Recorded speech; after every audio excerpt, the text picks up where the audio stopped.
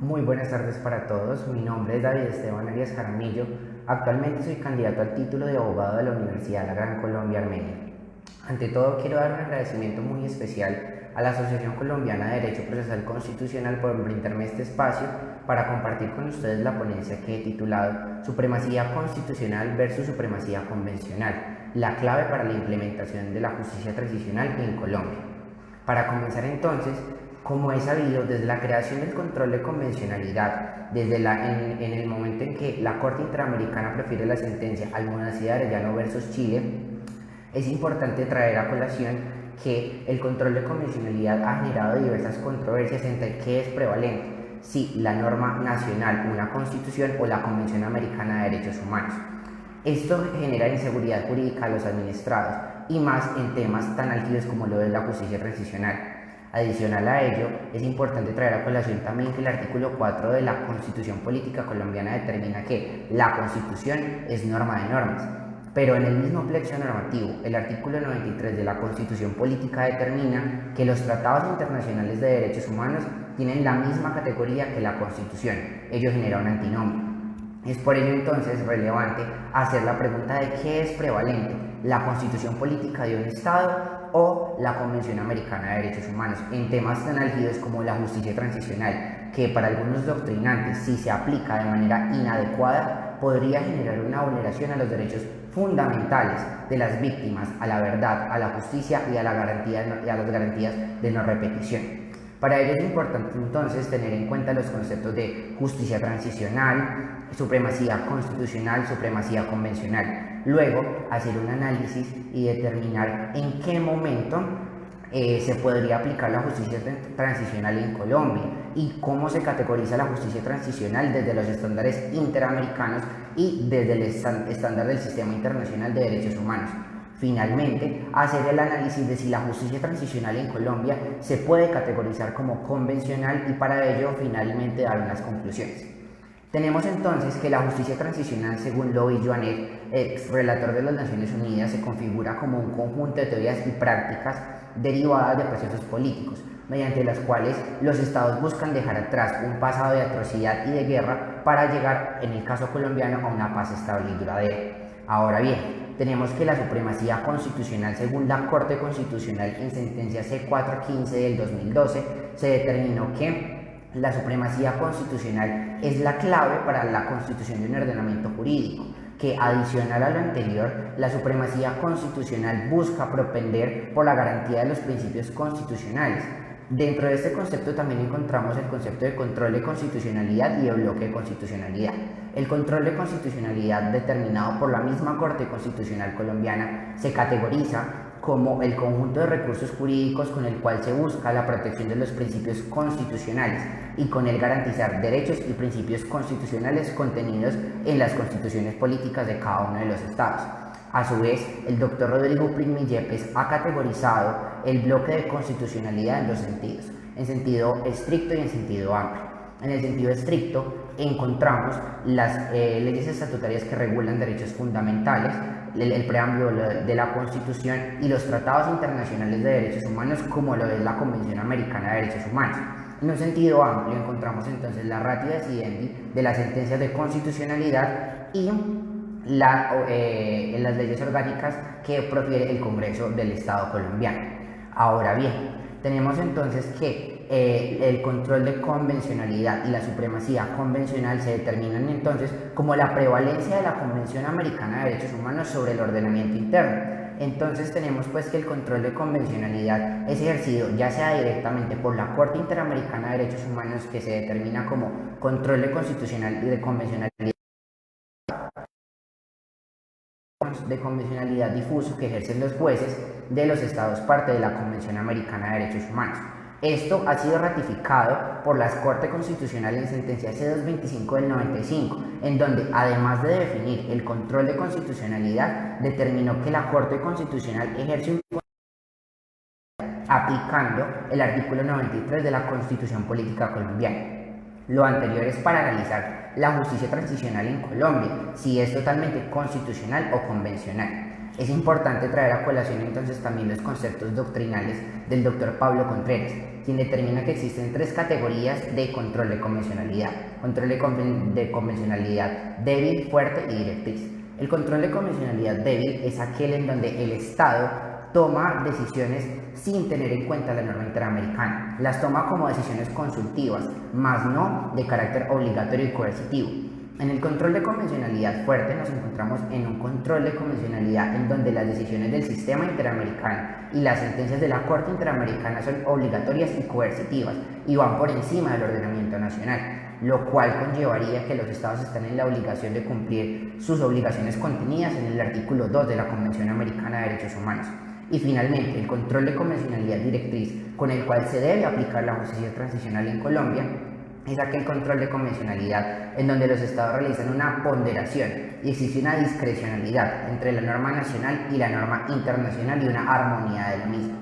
Ahora bien, pasando entonces al contexto de las amnistías, es importante analizar las amnistías desde el sistema interamericano de derechos humanos y el sistema internacional de derechos humanos.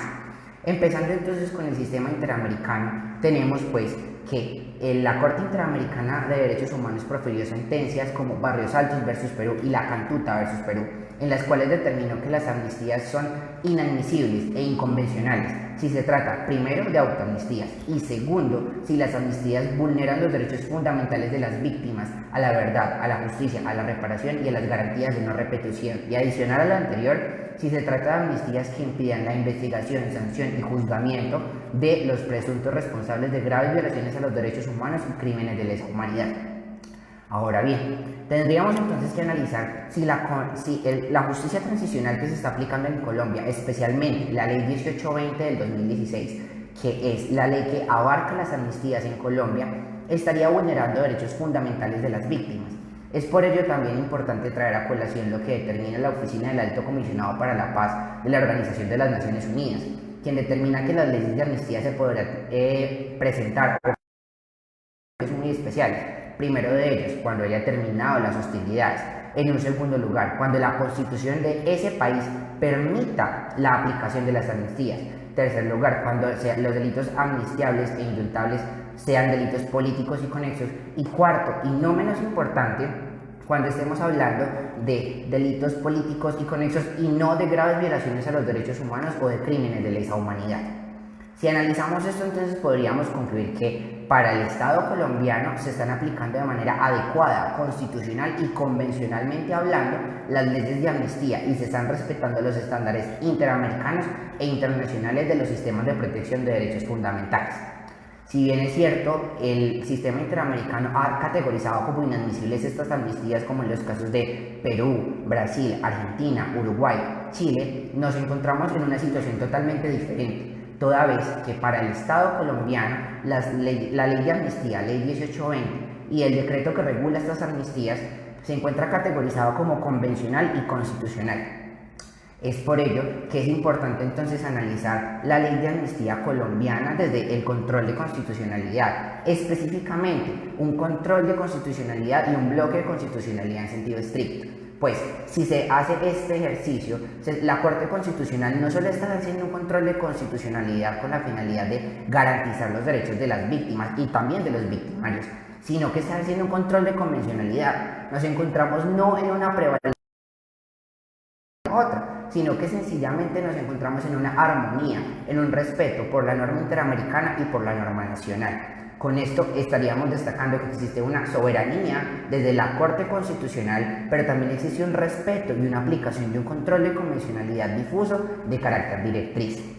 Es importante entonces realizar una revisión del artículo 7 de la Ley 1820, que determina qué son las amnistías para el caso colombiano. Las amnistías son la extensión de la acción penal, sancionatoria, disciplinaria, administrativa y fiscal a la cual se pueden cobijar aquellas personas que hayan cometido delitos políticos y conexos, no graves violaciones a los derechos humanos o crímenes de lesa humanidad, siempre y cuando la reparación de las víctimas se haya cumplido conforme lo establece el acuerdo final para la terminación del conflicto armado interno, y con ello se garantice la verdad, la justicia, la reparación y la garantía de no repetición de las víctimas. Y adicional a lo anterior, no se impida con la investigación, sanción, juzgamiento de los presuntos responsables de las graves violaciones a los derechos humanos y de los crímenes de lesa humanidad.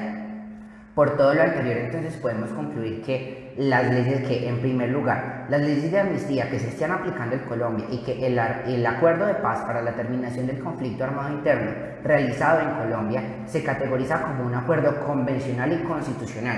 pues cumple con todos los estándares interamericanos contenidos en los diversos pronunciamientos de la Corte Interamericana como Hellman versus Uruguay, La Cantuta versus Perú, Almonacid de Arellano versus Chile, Masacre del Mozote versus El Salvador, entre otros pronunciamientos en los cuales se ha categorizado que pueden ser admisibles las leyes de amnistía siempre y cuando no se vulneren los derechos fundamentales de las víctimas, tal y como lo ha expresado el juez Diego García Sayán en estas providencias o en la providencia Gómez Lum versus Brasil, entre otras provincias del sistema interamericano. Además, es muy relevante concluir que cuando la Corte Constitucional ejerce un control de constitucionalidad dentro del marco del artículo 93 de la Constitución Política Colombiana, está ejerciendo un control de convencionalidad. Con él se está generando no una supremacía de la norma nacional o una supremacía de la norma internacional, se está generando una armonía de ordenamientos jurídicos con la finalidad de garantizar y propender los derechos fundamentales tanto de las víctimas como de los victimarios.